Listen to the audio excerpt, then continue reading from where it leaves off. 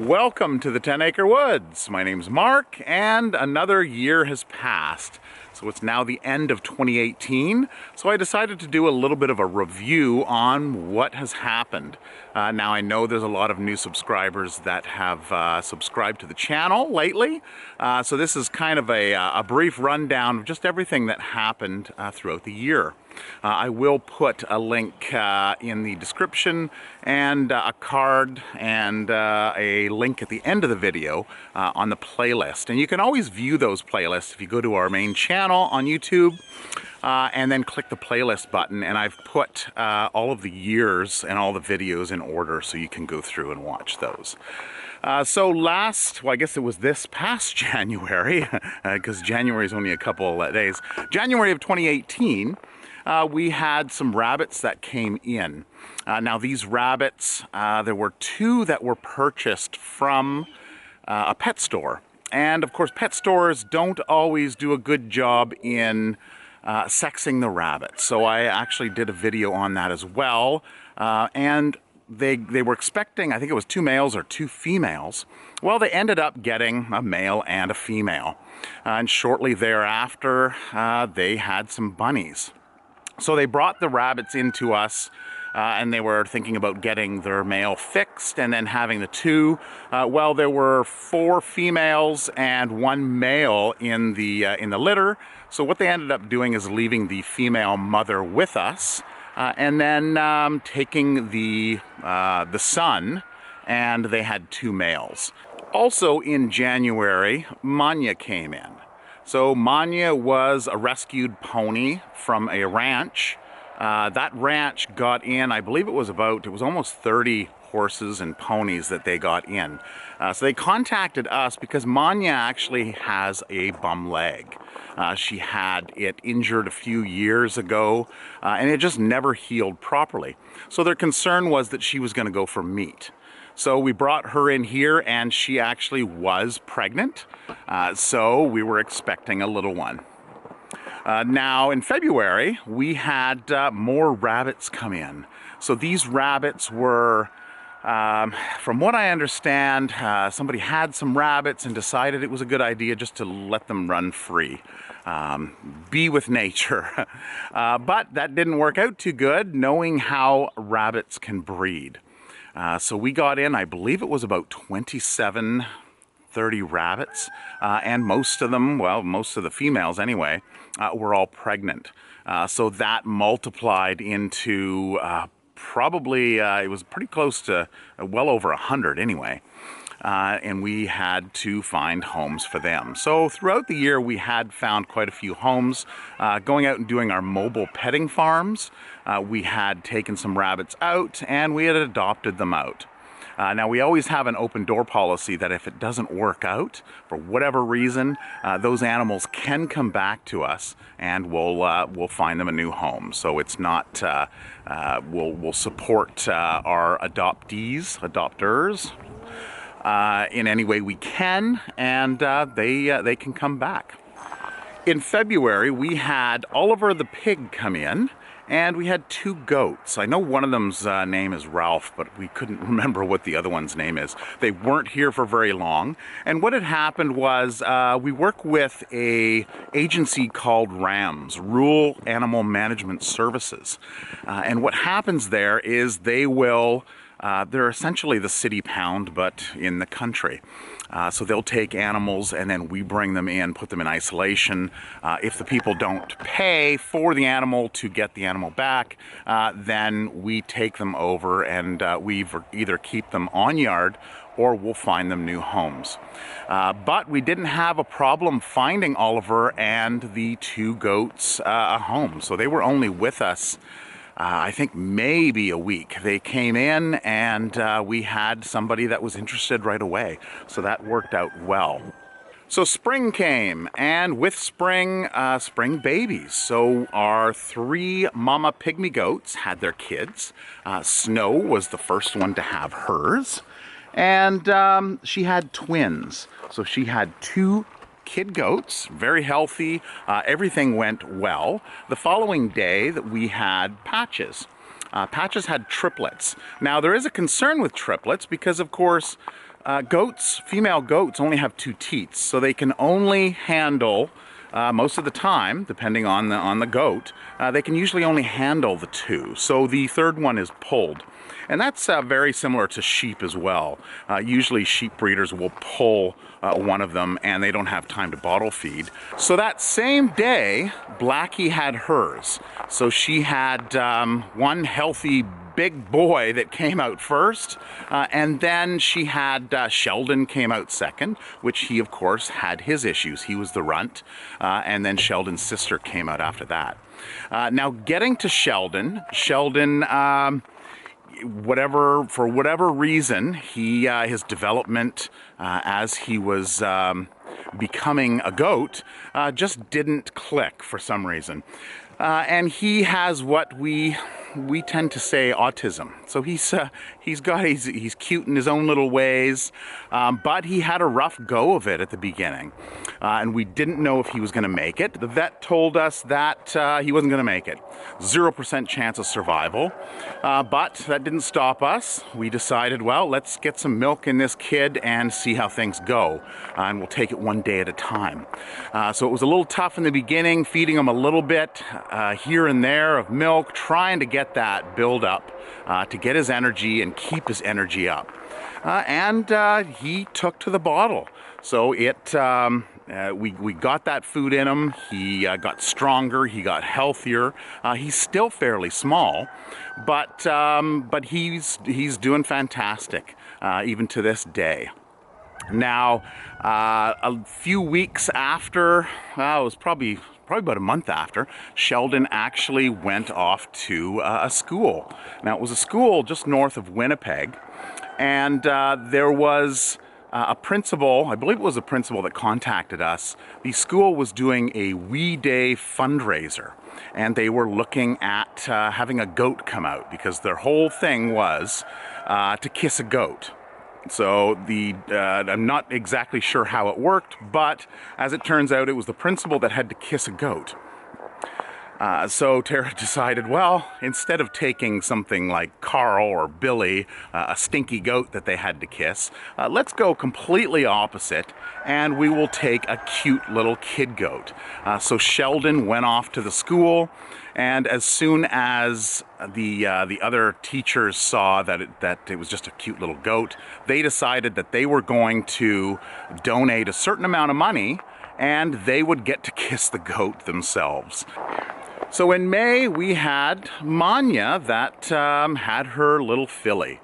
So we named her Molly, and it was early one morning, and it was a little chilly, and we were a little concerned with her, but Tara went out to do the feeding in the morning, and sure enough, there was this little filly.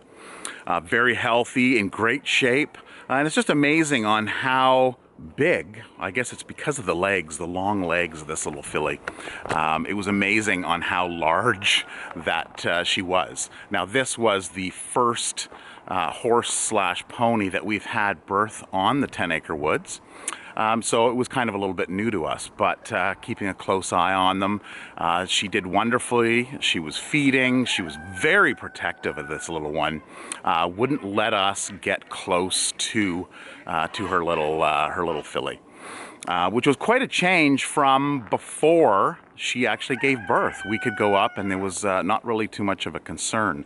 Now, of course, she had been used as a broodmare for years.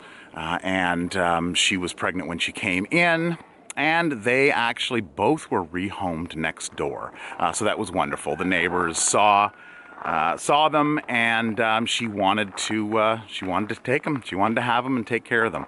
So they are currently next door, just over yonder, about probably 400 or 500 feet. And they're doing fantastic. And little Molly is growing like a weed, and I believe she's about the size of her mother now. Now, people ask us about fundraising and how do we get the money needed to take care of all these animals and to build structures like this and to build the pond that we did this past summer. So there's a few different ways that we do. We actually had a bingo bowl fundraiser in the fall, which was a great success. But throughout the year, we have other events. So we've had 3 weddings on yard this year. We had an employee appreciation day with about 300 people. So those help out, those donations go to the animals. And we also do goat yoga. So goat yoga has been a hit now the last 2 summers. And it's amazing on how many people haven't heard of goat yoga. But in my travels in the city while I'm working, people will, goat yoga, what is goat yoga? It's more goat or farm yoga. It started, I think, about 3 years ago in the States, and we took it on the spring of 2017, and it was a huge hit. So that is a great fundraiser, as well as having animals or having people come in to see the animals throughout the summer. So we do a $5 donation per person for people to come out and to see the animals and pet them. So the 3 weddings we had couldn't have been in speaking with everybody that came to the wedding, they couldn't get over how well it turned out. The grandparents or the in-laws, they're saying, "Oh, we're going out to some farm to have a wedding." So you're picturing muddy stalls and dirty animals, but they were quite shocked when they came out. Everything was pristine. We had a tent set up, and it went off without a hitch. So it was a very successful event. So these 2 girls came in May along with a little buddy, Levi. Now Levi is a miniature horse, and the story with them was the daughter. Their daughter had moved out and of course left the animals there with their parents. Their parents didn't want to be tied down with the animals, so they wanted to find a home for them. So they contacted us and said, we can probably find them a home, but we'd like to give you the opportunity because we feel that you could find a better home faster than we could. So we decided to keep the 2 ponies. Levi actually was rehomed, so we did find a good home for him, but before he left, we actually had him fixed, just to make sure that, because he was a little bit spunky, we wanted to calm him down a little bit and make sure that he was easy to work with, because of course he did need some training. So the same day that we rehomed Levi, we actually rehomed a pony named Coco. Now he also came in through Rams, and he was only with us probably about 2 weeks, and we found him a good home to go to. And they were both loaded up in the same trailer, and the people who took Levi arranged that and then had Coco dropped off as well. So it's important for us to rehome the animals because if we don't, we're going to get overwhelmed with a lot of animals, and we just don't have the field space available here at the 10 Acre Woods.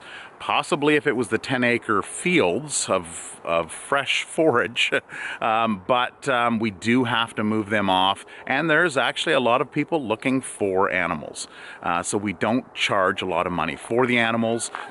As I mentioned, the money that we get to take care of the farm and the animals, it comes in, 99% of it is from fundraising, from things that we do here on the farm. So another animal that came in through Rural Animal Management Services was Oscar. So Oscar the pot-bellied pig. Now he came in, and he was the owners that had him didn't pay the fee.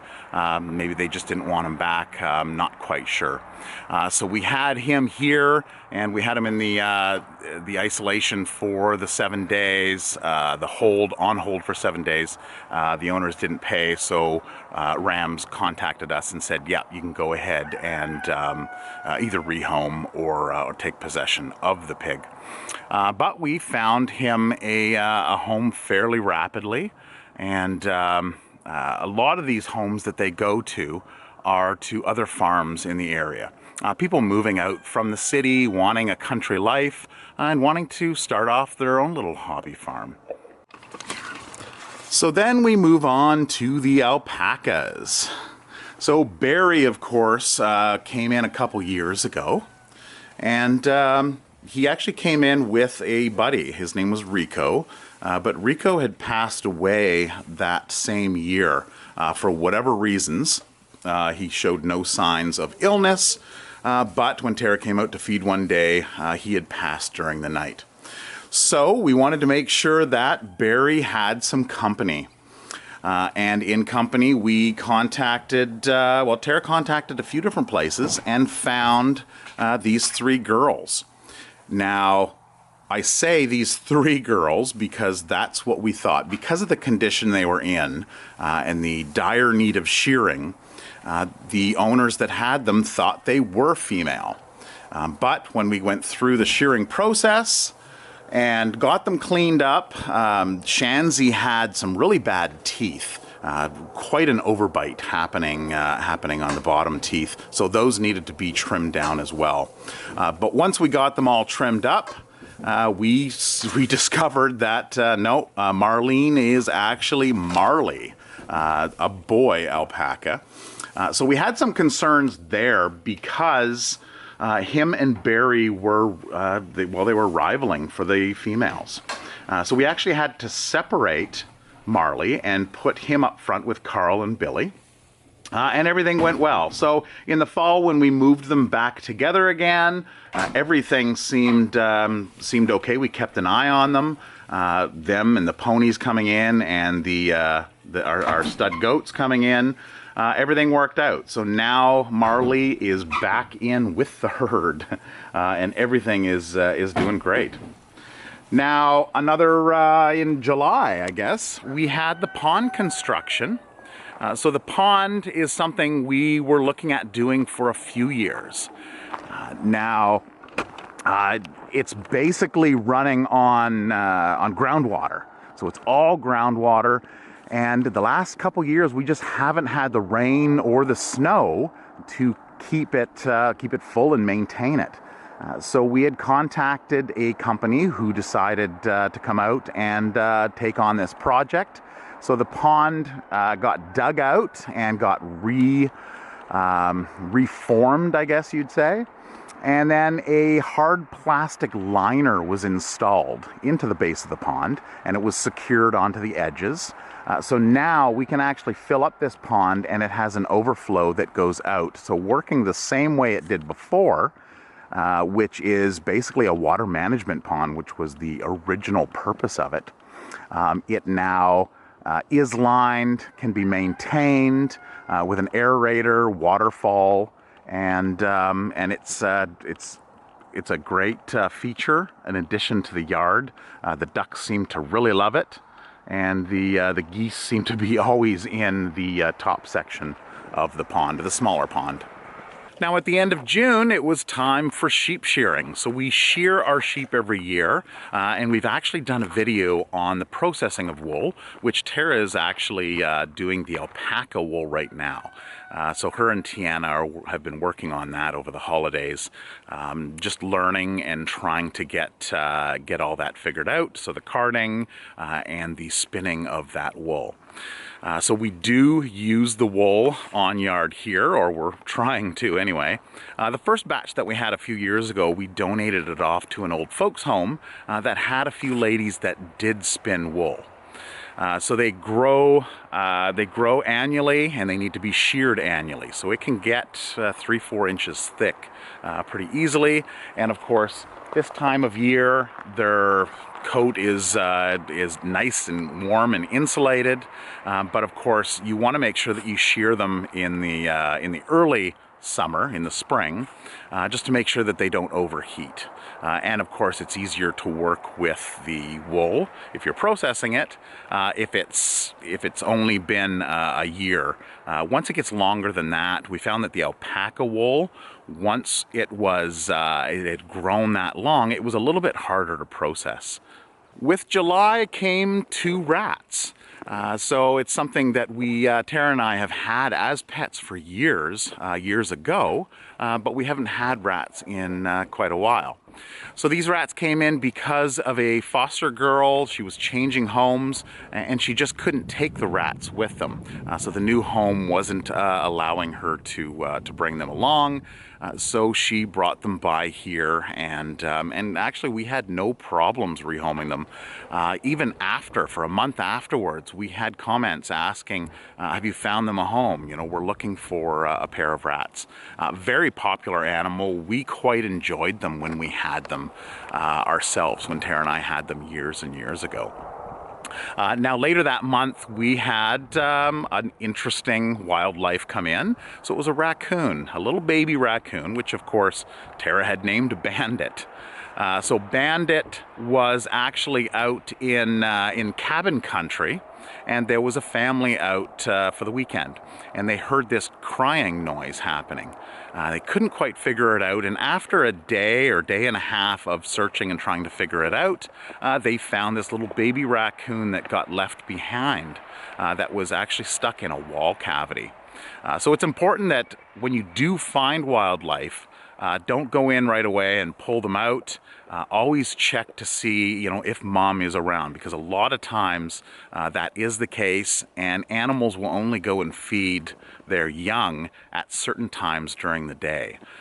So they made sure that mom wasn't around. They kept an eye on it. They called us, contacted us, and we asked them just to keep an eye out and just to make sure that mom wasn't around.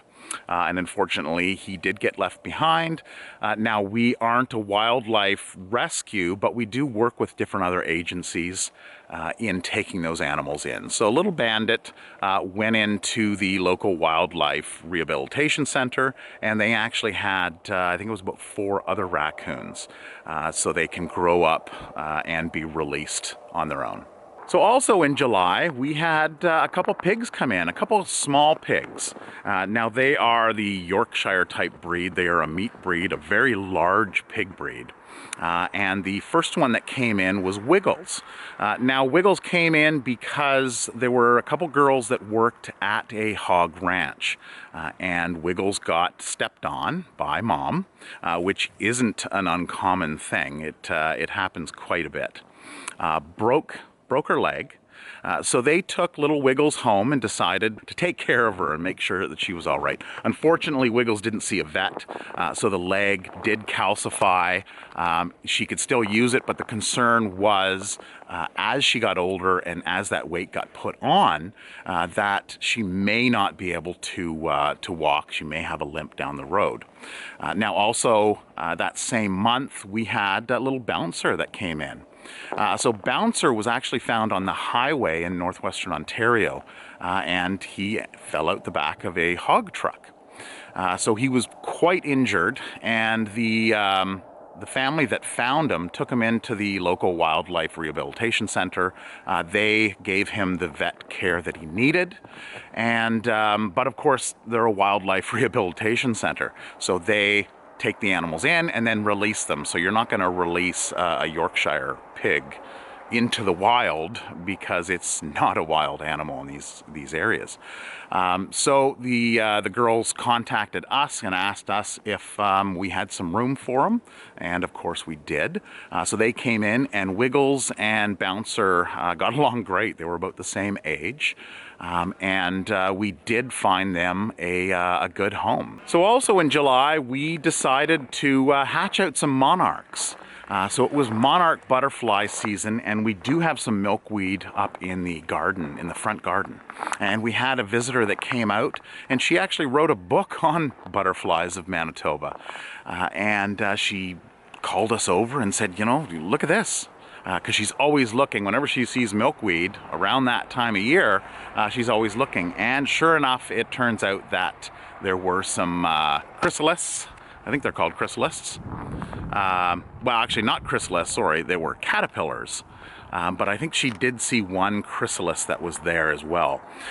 So she instructed us that we should take them inside, because what happens is wasps can come in and they can lay their egg in the monarch caterpillar and use it as a host. So we took them in, and it was a great opportunity to do a time lapse.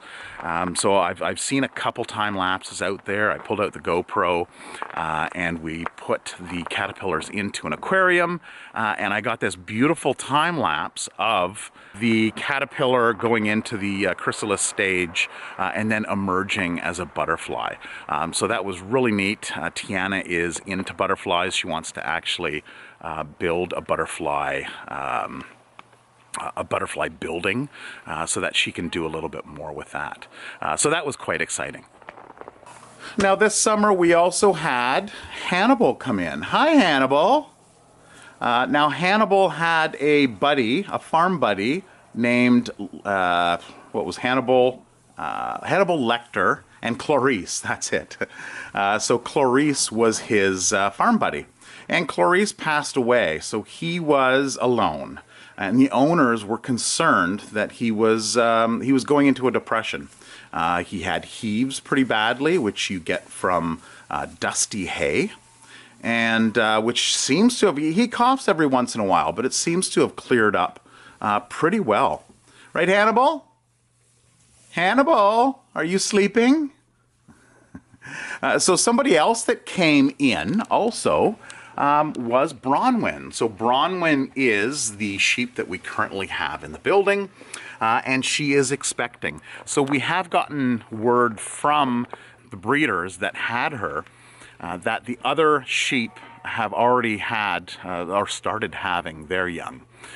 So Bronwyn was bred before she came to us. So within the next, I don't know, 2 weeks, maybe 3 weeks, we should, it could even be sooner, who knows. But we do have a baby monitor camera set up in her pen to keep an eye on her. And then whenever we see anything, we can rush out and help her out if she needs help. Most of the time they don't need help, but it's always good to be there just to kind of lend a helping hand when you can. Now our new shelter, so we built that this summer as well. And I had some family out from across Canada, and we got most of the framing of it done, and then Tara and I had finished off the closing it in. So that was one of the bigger projects that we did. It gives the animals quite a bit more area for them to roam around inside, and it's very important to give them that space, especially when we have all the different types of animals together. We've got the sheep, got the alpaca, the goats, all these animals, they do need space. And just like humans, you know, if we got too many people locked in and living in the same place, you can have some problems. So just giving them a space that they can move around and they can get away from their mates, their roommates, is very important. And then of course cleanliness is another thing, making sure that they have enough room, that they're going to be living in a clean environment, and having that space. So space is very important. So that was a big build for this here. Another build, a fun build, it took a while, was the lighthouse. So we built the, I spent probably a good month building the lighthouse and coming up with some plans and just fabricating it. And it is a completely functional lighthouse. It has a photo cell in the base of the top portion of it that comes on and lights up the pond every night. Now that light that's inside there is an LED light, and it actually uses, I think it's about 40 watts of power. So it's energy efficient, and it just gives a beautiful night light out here for the animals, especially if they go out back. They can kind of find their way home via the lighthouse. And that was a concern that I had when we brought the ponies back here, because the ponies, they actually went back into the bush because they wanted to explore. And it was a great beacon for them to come back to. Well, that's it for this video. It was a little bit interesting making a video in this manner, taking old footage and putting it in. I'm used to just picking up the camera and just heading out and filming and telling you what's going on. But of course, doing this is going to be a little bit more in the editing part of it. I hope it turned out. I hope you enjoyed it. And I hope you have a wonderful rest of the holidays and all the best in the new year. So until next time, take care, and we'll see you next video. Bye-bye.